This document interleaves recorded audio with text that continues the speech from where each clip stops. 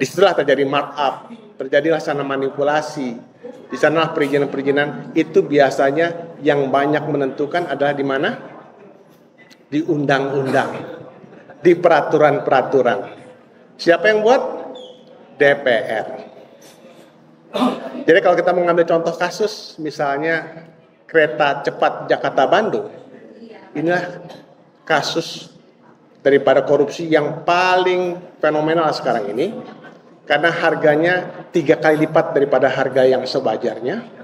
Di situ terjadilah markup, terjadilah di situ manipulasi tender, di situ terjadi korupsi, di situ terjadi pembesaran biaya-biaya. Salah satunya itu bertujuan untuk melumpuhkan KPK. Itulah buah karya Jokowi untuk memuluskan agenda korupsinya. Kita beri dukungan, kita beri jaminan kepada Presiden Prabowo. Kita siap mati bersama Presiden Prabowo ngadapin para koruptor. Tidak usah takut. Buktikan di jalanan, buktikan di lapangan. Kita siap perang melawan koruptor. Geng Solo, Listio Sigit, Bahlil, LBP, siapa yang berani menyentuh sekarang? Saya katakan kepada mereka, kalau mau menyapu koruptor, kalau menyapu daripada sampah, maka bersihkan dulu alat yang kalian pakai.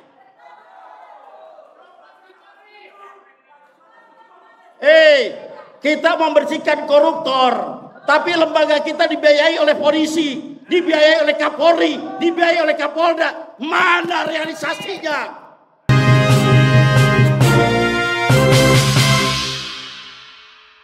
Kalau kita bicara perang melawan korupsi, sekarang kita tahu dulu korupsi itu adanya di mana. Ya. Korupsi biasanya dalam definisi itu adanya di tempat uang keluar, di tempat uang masuk, dan di tempat perizinan dikeluarkan. Jadi kalau sekarang kita punya Menteri Purbaya, itu beliau sedang menegakkan kebersihan Departemen Keuangan dalam rangka untuk membersihkan jalur jalannya uang masuk ke negara. Itu karena uang masuk ke negara di bea cukai, di pajak, dan penerimaan negara bukan pajak, itu banyak dipenggal di tengah jalan. Nah, jadi kita harus tahu perangnya di mana dulu posnya. Apalagi pos yang lain, yaitu pos uang keluar. Pos uang keluar itu adalah biasanya di departemen-departemen teknis, BUMN, atau kementerian-kementerian yang lain. Ya. Seperti misalnya kita mesti beli minyak impor yang harganya pertalite harusnya 4.000, tapi kita bayarnya 10.000 dengan berbagai manipulasinya, sehingga kita ini rakyat dimiskinkan oleh itu. Itu contohnya di mana uang kita keluar, nggak jelas di mana keluarnya, sehingga rakyat tetap beli mahal. Nah, yang paling parah sebetulnya adalah di mana perizinan itu keluar. Disitulah terjadi markup, terjadilah sana manipulasi. Di sanalah perizinan-perizinan itu biasanya yang banyak menentukan adalah di mana? Di undang-undang, di peraturan-peraturan. Siapa yang buat? DPR.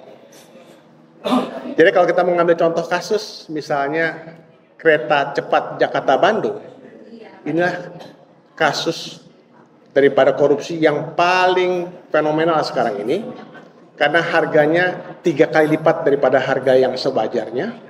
Di situ terjadilah markup, terjadilah di situ manipulasi tender, di situ terjadi korupsi, di situ terjadi pembesaran biaya-biaya. Nah, sebaiknya kita itu mencari satu objek. Kalau kita bilang perang melawan korupsi, korupsi yang mana? Di tempat uang keluar, cari tempat uang keluar. Di tempat uang masuk, cari dia uang masuk.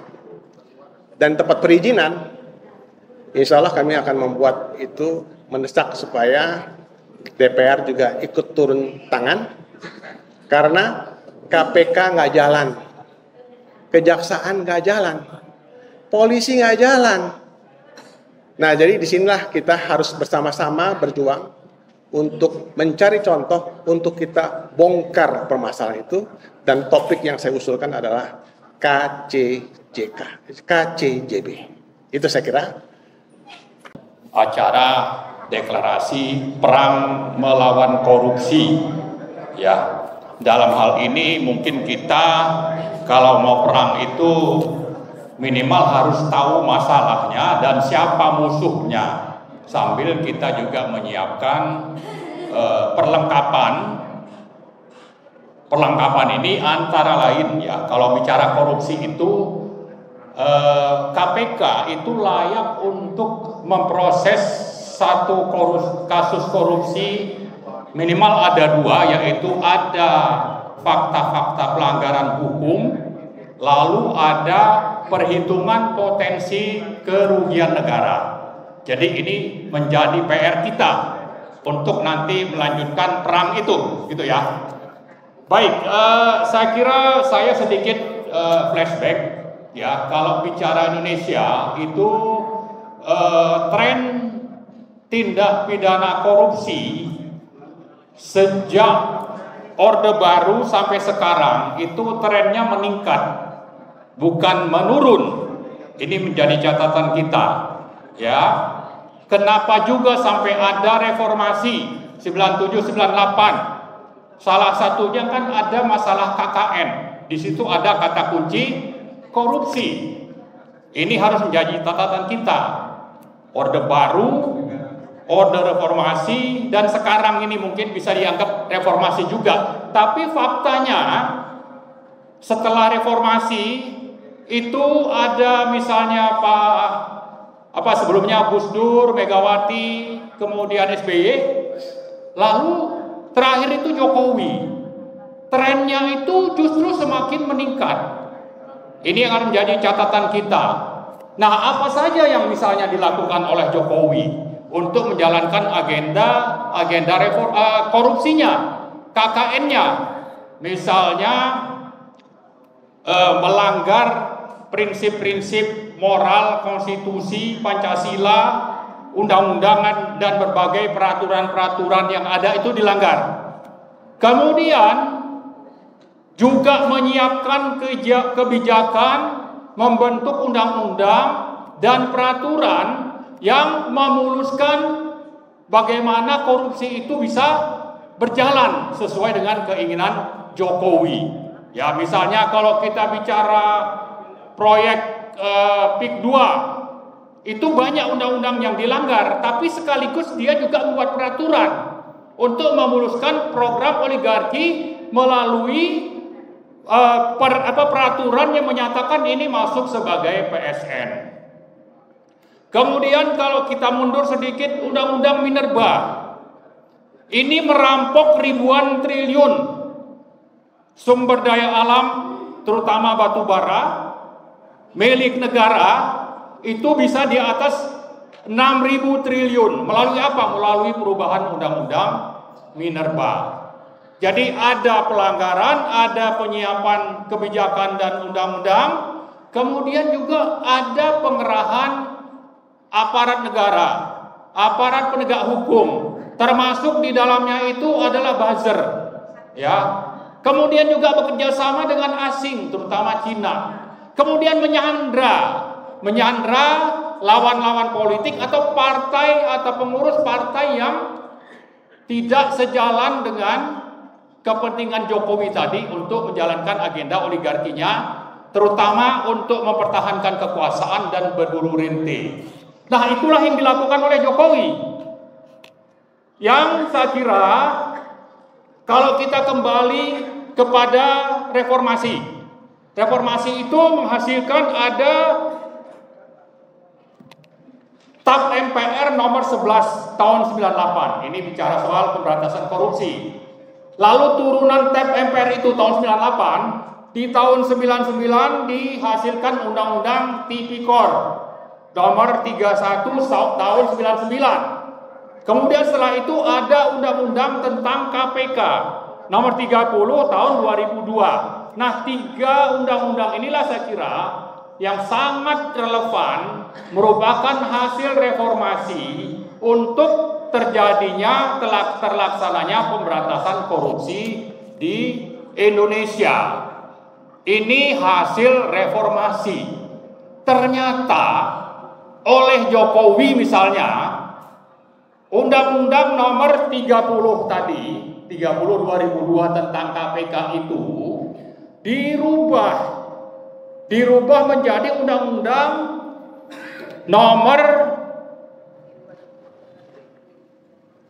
19 tahun 2019.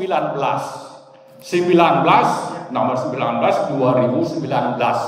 Salah satunya itu bertujuan untuk melumpuhkan KPK. Itulah buah karya Jokowi untuk memuluskan agenda korupsinya. Dan kita ingat waktu reformasi yang bergerak itu adalah mayoritas mahasiswa. Nah, ini sudah dibajak nih hasil reformasi terkait dengan korupsi itu. Maka kalau hari ini kita nyatakan perang melawan korupsi, mahasiswa harus ada di garis depan. Salah satunya apa? Salah satunya memulihkan fungsi KPK yang sudah dibajak oleh Jokowi tadi melalui perubahan Undang-Undang nomor 30 1999 menjadi Undang-Undang nomor 2019. Ini menjadi agenda kita ya, agenda utama mahasiswa dan kita semua yang ada dari NGO. Nah, yang terakhir, kalau kita baca misalnya hasil buah karya kejahatan korupsi KKN bernuansa oligarkis yang dilakukan oleh Jokowi itu sangat banyak. Misalnya tadi saya sebutkan di sektor tambang, itu ada di tambang batu bara, tambang nikel, tambang timah dan sebagainya. Di sektor migas itu ada korupsi BBM, kemudian ada korupsi di IKN, ada korupsi di PIK 2, ya, barter aset punya negara kepada aguan misalnya. Ada hutan lindung di Banten, 1.500 hektar di barter, itu seolah-olah milik Jokowi, diserahkan kepada aguan karena Pak Aguan membangun hotel atau sarana di IKN sana. Nah, yang terakhir yang sangat nyata sebetulnya adalah bagaimana Jokowi itu melanggar undang-undang dan peraturan untuk menjalankan proyek kereta cepat Jakarta-Bandung atau WUS. Ini di samping undang-undang yang dilanggar itu sangat banyak, ya, ternyata korupsinya itu dilakukan melalui markup harga sampai 3 kali lipat dibanding harga yang berlaku umum secara internasional, secara global. Jadi alat bukti kalau kita bilang mau perang melawan korupsi, untuk WUS ini alat buktinya sudah lebih dari cukup. Karena itu mari terus kita suarakan, mari kita tuntut Pak Prabowo itu untuk tidak omon-omon. Kemudian yang terakhir kita tuntut DPR untuk segera membentuk pansus hak angket untuk terjadinya skandal kereta cepat Jakarta-Bandung ini. Kita tuntut DPR. Ya. Untuk itu mari semua teman-teman LSM, mahasiswa bangkit melawan korupsi, memulai dengan penuntasan kasus skandal korupsi kereta cepat Jakarta-Bandung. Sudah cukup banyak tadi bapak-bapak yang menyampaikan masalah korupsi. Kita udah tahu. Yang jelas korupsi ini adalah suatu kejahatan luar biasa, extraordinary crime, sama dengan mungkin yang namanya genocide, sama dengan namanya pelanggaran HAM berat dan lain sebagainya. Dan itu sekarang sedang begitu marak terjadi di Indonesia. Ya kan? Tadi udah dijelaskan oleh Pak Marwan bahwa korupsi ini trennya meningkat, terutama 10 tahun terakhir. Ya, di era sekarang ini 10 tahun tuh di eranya Jokowi. Di era Prabowo sudah mulai agak ditekan, tapi masih jauh dari harapan kita. Betul? Jauh dari. Dan menurut saya menurut saya kunci pertama itu hanya pada orang nomor 1 di Indonesia. Mau ada Polri, mau ada KPK, mau ada Kejaksaan.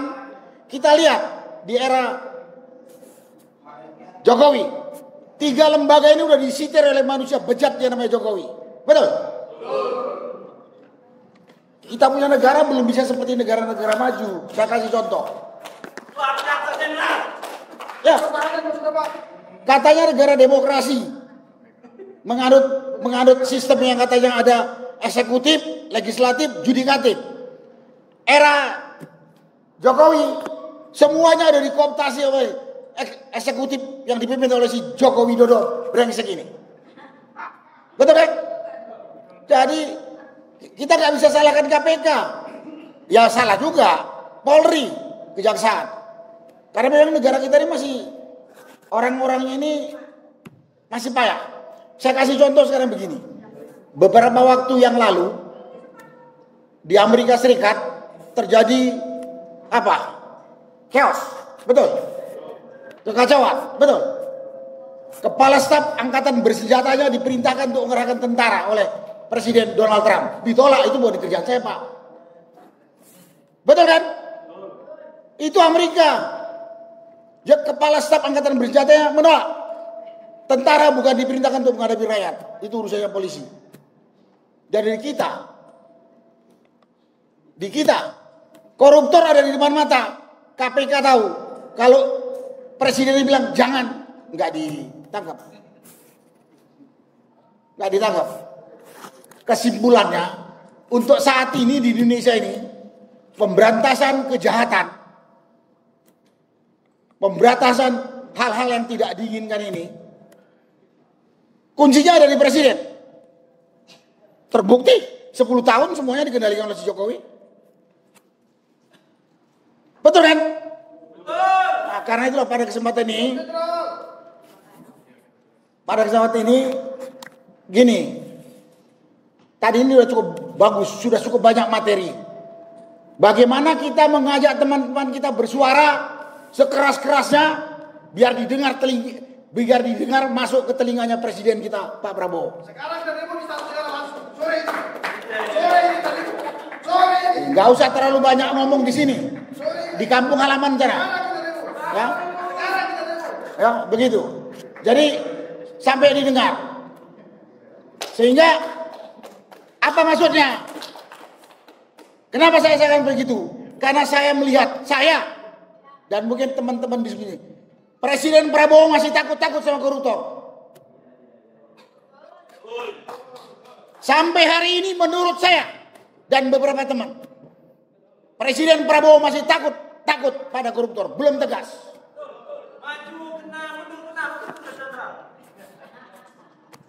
Gak ada urusan maju kena dan mundur kena. Ya, risiko jadi pemimpin. Kalau nggak berani, jangan jadi pemimpin. Jadi, Mbak, nanti ngambang nih, Mbak. Jadi sekali lagi, sampai hari ini saya lihat Presiden Prabowo sudah melakukan tekanan dan perang kepada koruptor. Tapi masih jauh dari harapan. Betul. Rajanya koruptor belum ditangkap. Ya kan? Kesimpulan saya, Presiden Prabowo masih takut sama koruptor. Karena itu kita mari semuanya ajak rakyat bersuara, sampaikan, dan mungkin omongan saya ini mudah-mudahan didengar.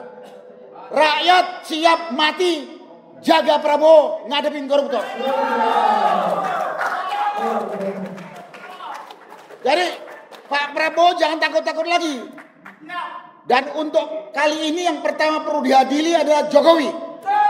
Sumber dari kerusakan. Ini bukan hanya koruptor aja. Ini koruptor besar, ini pelanggar HAM. Apalagi? Kenapa nggak ditangkap sama Presiden Prabowo? Nah, mari kita berteriak, mari kita beri dukungan kepada Presiden Prabowo dan pemerintahan ini sekarang, supaya Pak Prabowo atau pemerintahan Pak Prabowo nggak takut lagi sama kumpulan koruptor yang sudah merusak bangsa ini. Nah, itu yang perlu saya sampaikan kesempatan ini. Aku ngomong pendek. Kali banget. Jadi pada kesempatan ini sampaikan itu. Kita beri dukungan, kita beri jaminan kepada Presiden Prabowo. Kita siap mati bersama Presiden Prabowo ngadapin para koruptor. Tidak usah takut. Mati ngadepin pengkhianat, mati kesatria, syahid. Dan itu risiko. Jadi Pak Prabowo gak usah takut pada kesempatan ini gitu. Karena kita rakyat semua melihat Pak Prabowo masih ragu-ragu ngadepinya. Kalau ditanya, terutama sabar, ini strategi. Itu jawaban dari pemerintah atau dari orang-orang pemerintah. Sabar di strategi. Udah 1 tahun kita tunggu. Kita nggak sabar. Kami rakyat tidak sabar. Tindakan tegas, benar, jujur, adil, nggak usah takut. Bukan tegas semau-maunya, sesuai aturan. Dan sekali lagi, kita lihatlah negara-negara tetangga kita. Nggak ada koruptor seperti di Indonesia ini hukumannya. Di Cina mati, di Timur Tengah mati, Korea Utara mati, di Korea Selatan presiden pun jadi pelayan di ini. Di kita korupsi sekian ratus miliar, cuman berapa tahun dapat remisi lagi. Nah ini yang perlu kita tekankan kepada pemerintah. Tapi ya kita harus membantu karena terus terang saja kelompok koruptor sekarang di Indonesia dipimpin oleh Jokowi besar banget kekuatannya. Tapi jangan perlu takut. Kalau takut gak usah jadi presiden, gak usah jadi aparat pemerintah, gak usah jadi pejabat pemerintah. Biar rakyat. Nanti kalau rakyat mengambil tindakan seperti Nepal, kita disalahkan. Ya kan? Tapi kalau memang nggak bisa, ya rakyat ikutin Nepal sana lah. Gitu. Tadi Pak Jenderal Narko sudah gamblang. Dan juga kita, Zainuddin tadi mengatakan kita perang. Bagi saya kita jangan retorika sekarang. Saatnya kita bergerak. Kapan waktu itu akan ditentukan? Target operasionalnya jelas, TO-nya jelas, ya KPK dan Kejaksaan Agung. Di periode terakhir Jokowi dengan geng Solonya itu korupsi 984 triliun. Resmi laporan dari PPATK, resmi. Terus kita mau diam aja. Terus mahasiswa mau kemana? Jangan sampai pimpinan mahasiswa tersandera lagi kayak kemarin-kemarin. Diajak ke luar negeri, ditaruh di kamar, dikasih perempuan, selesai. Tapi yang asli, masyarakat di dalam Ya. Kita menginginkan mahasiswa yang terpelihara, bukan omong-omong doang. Buktikan di jalanan, buktikan di lapangan, jangan kalah sama sesepuh orang-orang tua kita yang turun ke lapangan. Kita tidak butuh retorika, kita tidak butuh omong-omong besar. Buktikan di jalanan, buktikan di lapangan, kita siap perang melawan koruptor. Takbir. Percuma kalau ngomong doang. Saya mau tahu selesai acara ini apa lagi. Kalau cuma ngumpul seremonial doang, bosan kita begini terus. Kita bisa kerahkan berapapun kalau kita mau, yang penting kita kompak. Kita buktikan di lapangan, kita buktikan di jalanan bahwa kita bukan omong-omong doang. Percuma. Ayo, saat ini kita demo. Kapan antum mau turunkan pasukan antum, kita turun. Baik, saya pegang, saya catat, Zainuddin. Saya pegang. Kita akan turun sama-sama. Bagi saya, percuma kita omong-omong doang. Betul? Capek kita. Geng Solo, Listio Sigit, Bahlil, LBP, siapa yang berani menyentuh sekarang? Saya katakan kepada mereka, kalau mau menyapu koruptor, kalau menyapu daripada sampah, maka bersihkan dulu alat yang kalian pakai.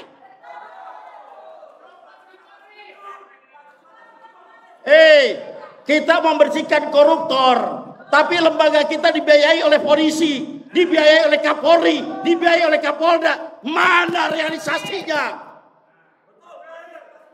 Betul. Kita tahu siapa yang dibiayai polisi.